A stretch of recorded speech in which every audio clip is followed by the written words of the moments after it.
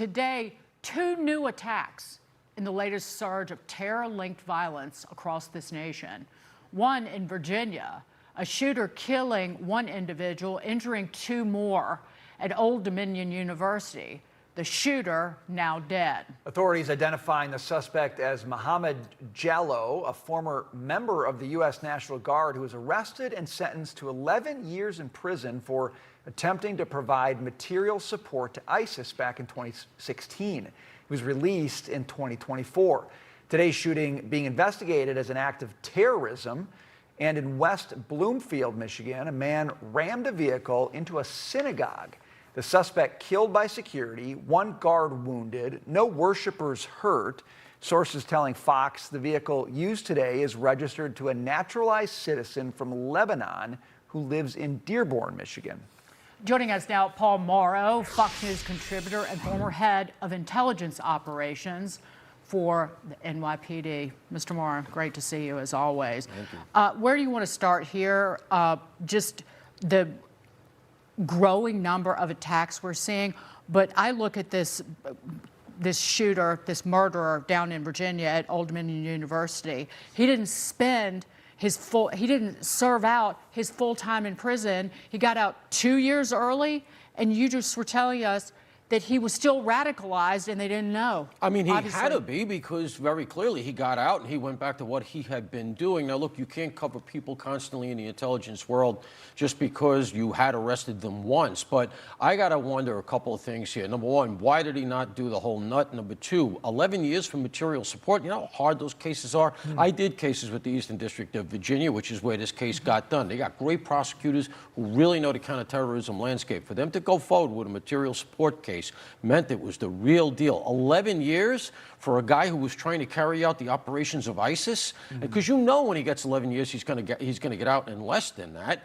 It just puts the operators, the prosecutors, the whole counterterrorism apparatus on the defensive, undercuts morale. You stop believing in what you're doing. That's a really bad outcome. There should be a forensic on this, because you should have been hearing from jail, this guy is still bad news. Go to the parole board and say, don't let this guy out.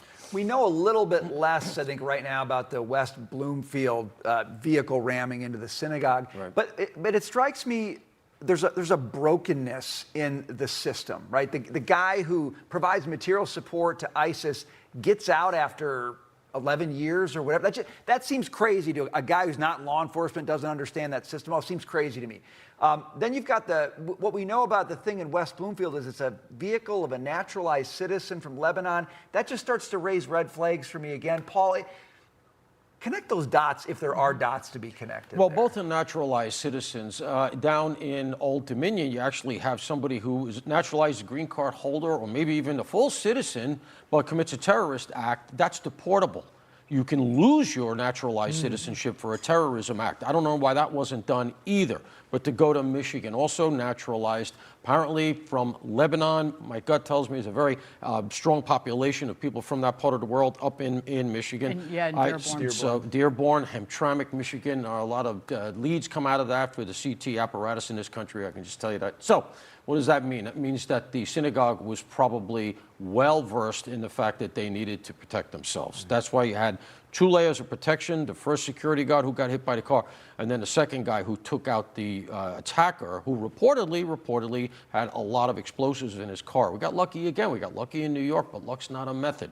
All right, the two guys that threw the IEDs, we got lucky they didn't detonate. TATP is extremely volatile. This thing could have been extremely bad. A synagogue with a school in it. The guy's doing a vehicle attack of the kind of thing we've seen in Europe so many times. Right. One thing I am surprised at is that they didn't have a bollard in front of the double doors. Very clearly, they had talked to the FBI. They had hardened the target. They knew there was a generalized threat in the area against Jewish institutions. We've seen a lot of that, of course. The thing in D.C. at the museum. Yeah, so, you know, I know guys the big work cement in that space. things that basically in front get of in the the way. doors. So you You can't, get the double doors. You're going to say to yourself, a vehicle could come through here. So, but other than that, you know, thank God they had the security they did. We want to move on to this. After the long wait and much debate, leader John Thune in the Senate says that he is ready to bring the Save America Act to the floor next week. Listen. Next week, I will be bringing the Save America Act to the floor, and we'll be having a full and robust debate. The only Americans not to support voter ID requirements are Democrats here in Congress. That's right. We're expecting continued full-throated opposition to voter ID and the Save America Act from Senate Democrats. Show you're a citizen to vote. Yeah, well, what a novel idea, right? That only the people who actually are citizens of the country and have the equity in being here should be deciding who leads the nation. Look, we all know this is going to come down to a numbers game. Murkowski is out ahead against it, right?